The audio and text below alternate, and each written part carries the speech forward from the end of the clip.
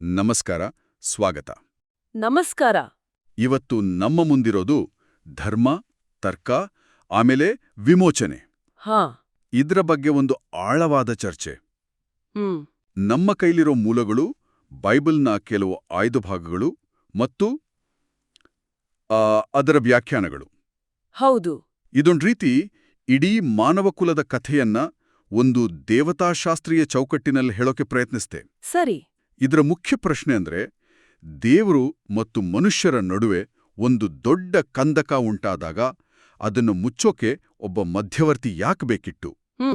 ಒಳ್ಳೆ ಪ್ರಶ್ನೆ. ಮತ್ತು ಆ ಪ್ರಕ್ರಿಯೆ ಅದು ಹೇಗ್ ನಡೆತು? ಇದರ ಹಿಂದಿನ ತರ್ಕವನ್ನ ಅರ್ಥ ಮಾಡ್ಕೊಳ್ಳೋದೇ ನಮ್ಮಿವತ್ತಿನ ಉದ್ದೇಶ. ಸರಿ. ಹಾಗಾದ್ರೆ ಈ ದೊಡ್ಡ ಕಥೆಯ ಮೊದಲ ಅಧ್ಯಾಯದಿಂದ ಶುರು ಮಾಡೋಣ ಅಲ್ವಾ? ಅದೇ ಸಮಸ್ಯೆ. ಖಂಡಿತ. ಮೊದಲಿಗೆ ಈ ಮೂಲಗಳ ಪ್ರಕಾರ ಆ ಸಮಸ್ಯೆ ಏನು ಅಂತಾನೆ ನೋಡೋಣ. ಇಲ್ಲಿ ಪಾಪ ಅನ್ನೋ ಒಂದು ಪದವನ್ನ ಅದನ್ನ ಪದೇ ಪದೇ ಬಳಸಲಾಗಿದೆ. ಹೌದು, ಅದು ಕೇಂದ್ರ ಬಿಂದು. ಗಲಾತ್ಯದವರಿಗೆ ಬರೆದ ಪತ್ರದಲ್ಲಿ ಹೇಳಿದ ಹಾಗೆ ಪ್ರತಿಯೊಬ್ಬರೂ ಈ ಪಾಪದ ಸ್ಥಿತಿಯಲ್ಲಿದ್ದಾರೆ ಅಂತ ಈ ಮೂಲಗಳು ಹೇಳ್ತವೆ. ಅಂದ್ರೆ ಇದು ವೈಯಕ್ತಿಕ ತಪ್ಪು ಮಾತ್ರ ಅಲ್ಲ. ಹೌದು, ಯಾರೋ ಒಬ್ಬಿಬ್ರು ಮಾಡುವ ತಪ್ಪಲ್ಲ, ಬದಲಿಗೆ ಮನುಷ್ಯನ ಒಂದು ಮೂಲಭೂತ ಸ್ಥಿತಿ ಅಂತ ಚಿತ್ರಿಸಲಾಗಿದೆ. ಇದರ ಪರಿಣಾಮ ರೋಮನರಿಗೆ ಬರೆದ ಪತ್ರದಲ್ಲಿ ಹೇಳೋ ಹಾಗೆ ಮರಣ. ಇದು ಸ್ವಲ್ಪ ಗಂಭೀರವಾಗೇ ಇದೆ. ಹೌದು. ಇಲ್ಲಿ ಪಾಪ ಅಂದೆ ಕೇವಲ ನೈತಿಕ ತಪ್ಪು ಅಂತಲ್ಲ, ಅದಕ್ಕಿಂತ ಹೆಚ್ಚಾಗಿ ದೇವರಿಂದ ದೂರವಾಗಿರುವ ಒಂದು ಸ್ಥಿತಿ ಅಂತ ಅರ್ಥ ಮಾಡ್ಕೋಬೇಕು. ಓ ಸರಿ. ಇನ್ನು ನೀವು ಹೇಳ್ದ ಹಾಗೆ ಇಲ್ಲಿ ನ್ಯಾಯ ಪ್ರಮಾಣದ ಅಂದ್ರೆ ಲಾ ಅದರ ಪಾತ್ರ ತುಂಬಾನೇ ಕುತೂಹಲಕಾರಿಯಾಗಿದೆ. ಹೌದು. ಈ ಮೂಲಗಳ ಪ್ರಕಾರ ನ್ಯಾಯ ಪ್ರಮಾಣವನ್ನು ಜನರನ್ನು ರಕ್ಷಿಸಲು ಕೊಡ್ಲಿಲ್ಲ, ಬದಲಿಗೆ ಯಾವುದು ತಪ್ಪು ಅಂತ ಜನರಿಗೆ ಸ್ಪಷ್ಟವಾಗಿ ತಿಳಿಸ್ಲಿಕ್ಕಾಗಿ ಕೊಡ್ಲಾಯ್ತು. ಓ, ಹಾಗಾದರೆ ನ್ಯಾಯ ಪ್ರಮಾಣ ಒಂದು ಕನ್ನಡಿದ ಹಾಗೆ? ಅದು ನಮ್ಮ ಮುಖದ ಮೇಲಿರೋ ಕಲೆ ತೋರಿಸುತ್ತೆ, ಆದ್ರೆ ಅದನ್ನ ತೊಳೆಯೋಕೆ ಸೋಪ್ ಕೊಡಲ್ಲ. ಇದು ಒಂದು ಅದ್ಭುತ ರೂಪಕ. ಖಂಡಿತ. ನೀವು ಹೇಳಿದ್ದು ಏಕ್ದಂ ಸರಿ. ರೋಮನರಿಗೆ ಬರೆದ ಪತ್ರದಲ್ಲಿ ಇದೇ ಮಾತನ್ನ ಹೇಳಲಾಗಿದೆ. ಹೌದಾ? ಅಂದ್ರೆ ನ್ಯಾಯ ಪ್ರಮಾಣವು ರೋಗವನ್ನು ಪತ್ತೆಹಚ್ಚುವ ಒಂದು ಡಯಾಗ್ನಾಸ್ಟಿಕ್ ಟೂಲ್ ಅಷ್ಟೇ. ಆದ್ರೆ ಅದು ಔಷಧಿಯಲ್ಲ. ನಿಖರವಾಗಿ ಅದು ಔಷಧಿಯಲ್ಲ. ಅದು ಸಮಸ್ಯೆಯನ್ನ ದೊಡ್ಡದಾಗಿ ತೋರಿಸುತ್ತದೆಯೇ ಹೊರತು ಅದಕ್ಕೆ ಪರಿಹಾರ ಕೊಡೋದಿಲ್ಲ. ಗಲಾತ್ಯದವರಿಗೆ ಬರೆದ ಪತ್ರದಲ್ಲಂತೂ ನ್ಯಾಯ ಪ್ರಮಾಣಕ್ಕೆ ಜೀವ ಕೊಡುವ ಶಕ್ತಿಯೇ ಇಲ್ಲ ಅಂತ ಸ್ಪಷ್ಟವಾಗಿ ಹೇಳಿದ್ದಾರೆ. ಹಾಗಾದ್ರೆ ಸಂಕ್ಷಿಪ್ತವಾಗಿ ಹೇಳೋದಾದ್ರೆ, ಒಂದು, ಎಲ್ಲರೂ ತೊಂದರೆಯಲ್ಲಿದ್ದಾರೆ. ಹೌದು. ಎರಡು, ನಮ್ಮಷ್ಟಕ್ಕೆ ನಾವೇ ಈ ಸಮಸ್ಯೆಯನ್ನ ಸರಿಪಡಿಸ್ಕೊಳ್ಳೋಕೆ ಸಾಧ್ಯ ಇಲ್ಲ, ಯಾಕಂದ್ರೆ ಆ ನ್ಯಾಯ ಪ್ರಮಾಣ ಪಾಲಿಸೋದು ನಮ್ಮ ಕೈಯಲ್ಲಿಲ್ಲ. ಮೂರು, ನಮಗೆ ಹೊರಗಿನಿಂದ ಸಹಾಯ ಬೇಕೇ ಬೇಕು. ಇದೇ ತಾನೇ ಮೂಲವಾದ? ಹೌದು. ಮತ್ತಾಯನ ಸುವಾರ್ತೆಯಲ್ಲಿ ಮನುಷ್ಯರಿಂದ ಇದು ಅಸಾಧ್ಯ, ಆದ್ರೆ ದೇವರಿಂದ ಎಲ್ಲವೂ ಸಾಧ್ಯ ಅನ್ನೋ ಮಾತು ಇದಕ್ಕೇನಾ? ಹೌದು, ನಿಖರವಾಗಿ. ಈ ಅಸಹಾಯಕ ಸ್ಥಿತಿಯೇ ಒಂದು ಪರಿಹಾರದ ಅಗತ್ಯವನ್ನ ಸೃಷ್ಟಿ ಮಾಡುತ್ತೆ. ಸರಿ, ಸಮಸ್ಯೆ ಸ್ಪಷ್ಟವಾಯಿತು.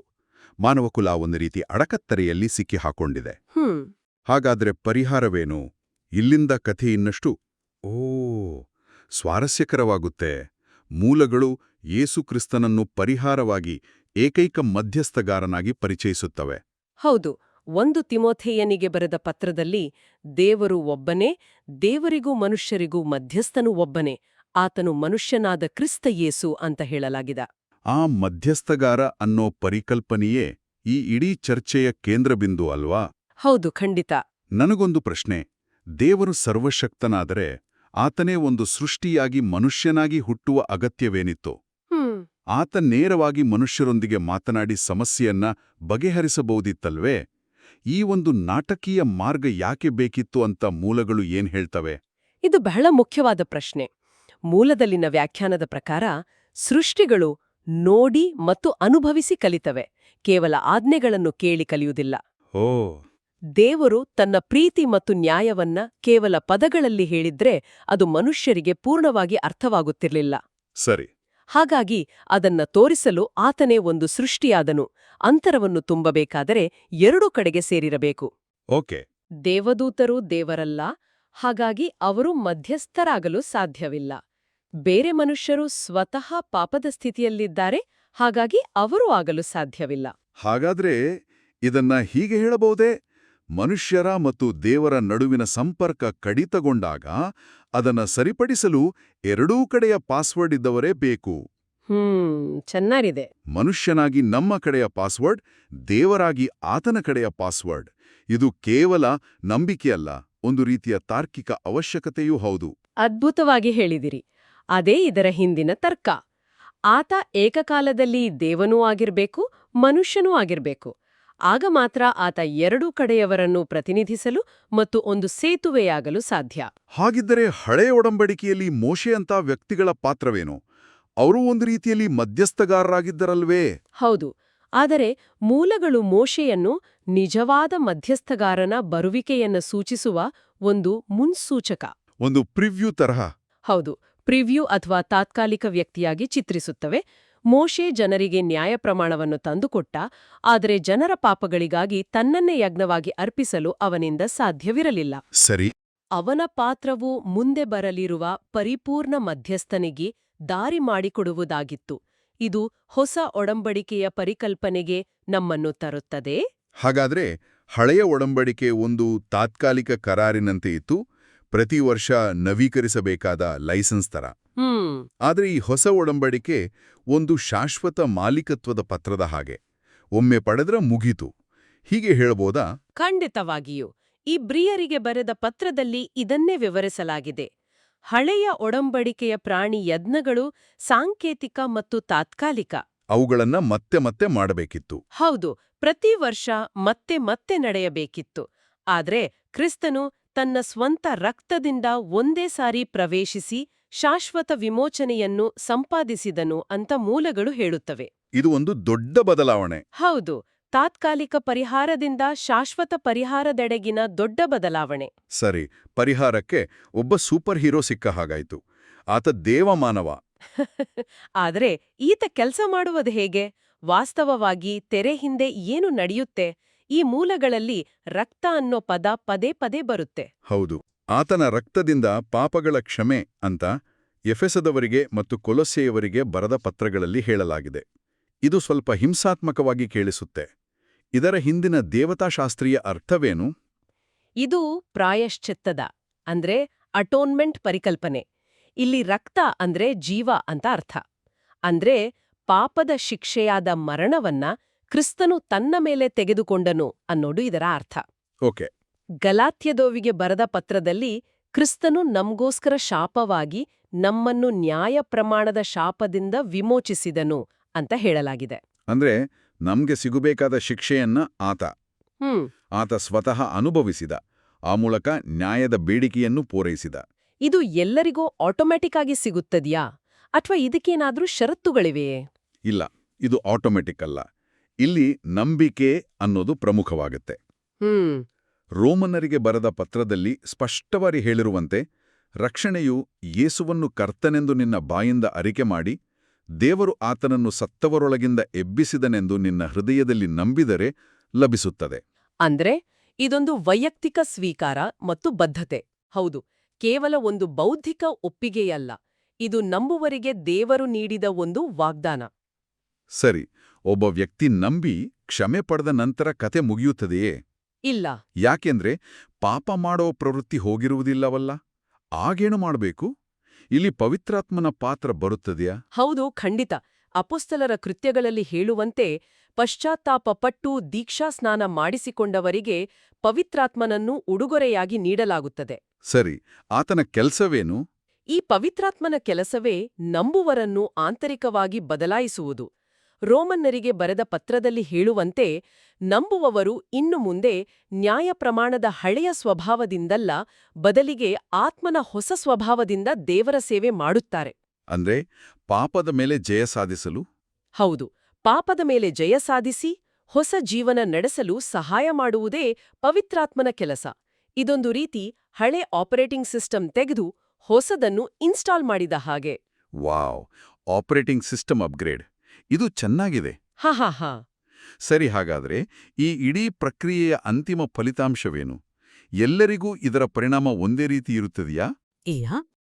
ಮೂಲಗಳು ಆದಾಮ ಅಂದ್ರೆ ಮಾನವಕುಲ ಮತ್ತು ಸೈತಾನನ ನಡುವೆ ಒಂದು ಸ್ಪಷ್ಟ ವ್ಯತ್ಯಾಸವನ್ನು ಮಾಡುತ್ತವೆ. ಇಬ್ಬರೂ ತಪ್ಪು ಮಾಡಿದರೂ ಅವರ ಅಂತಿಮ ಗತಿ ಬೇರೆ. ಇದರ ಹಿಂದಿನ ತರ್ಕವೇನು? ಇದು ಪಶ್ಚಾತ್ತಾಪದ ವಿಷಯವನ್ನು ಮುನ್ನೆಲೆಗೆ ತರುತ್ತೆ. ಹ್ಮ್ ಮೂಲದ ವ್ಯಾಖ್ಯಾನದ ಪ್ರಕಾರ ದೇವರು ಪಾಪವನ್ನು ತ್ಯಜಿಸಲು ಬಯಸುವ ಯಾವುದೇ ಜೀವಿಯನ್ನು ಕ್ಷಮಿಸಲು ಸಿದ್ಧನಿದ್ದಾನೆ. ಯಾವುದೇ ಜೀವಿಯನ್ನು. ಹೌದು. ಆದರೆ ಸೈತಾನನು ಪಶ್ಚಾತ್ತಾಪ ಪಡಲು ನಿರಾಕರಿಸುತ್ತಾನೆ. ಹಾಗಾಗಿ ಅವನ ನ್ಯಾಯತೀರ್ಪು ನಿಶ್ಚಿತ. ಅಂದರೆ ಕ್ಷಮೆಯು ಒಪ್ಪಂದವನ್ನು ಒಪ್ಪಿಕೊಳ್ಳುವವರಿಗೆ ಮಾತ್ರ. ಓ.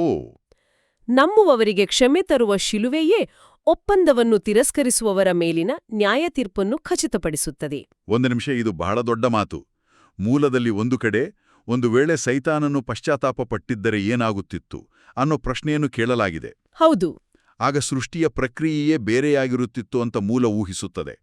ಇದು ದೇವರ ಕ್ಷಮೆಯ ವ್ಯಾಪ್ತಿ ಎಷ್ಟು ದೊಡ್ಡದು ಎಂದು ತೋರಿಸುತ್ತದೆ ಅಲ್ವಾ? ಹೌದು. ಅದು ಆತನ ಕ್ಷಮೆಯು ಇಚ್ಛೆಯನ್ನು ಅವಲಂಬಿಸಿದೆ ಎಂಬುದನ್ನು ತೋರಿಸುತ್ತದೆ. ಅದು ಯಾರ ಮೇಲೂ ಹೇರಲ್ಪಡುವುದಿಲ್ಲ. ಆದರೆ ಕೆಲವರು ಕೇಳಬಹುದು, ದೇವರು ಪ್ರೀತಿ ಸ್ವರೂಪಿ ಮತ್ತು ಸರ್ವಶಕ್ತನಾಗಿದ್ದರೆ ಎಲ್ಲರನ್ನೂ ಸುಮ್ಮನೆ ಕ್ಷಮಿಸಿಬಿಡಬಹುದಿತ್ತಲ್ವೇ?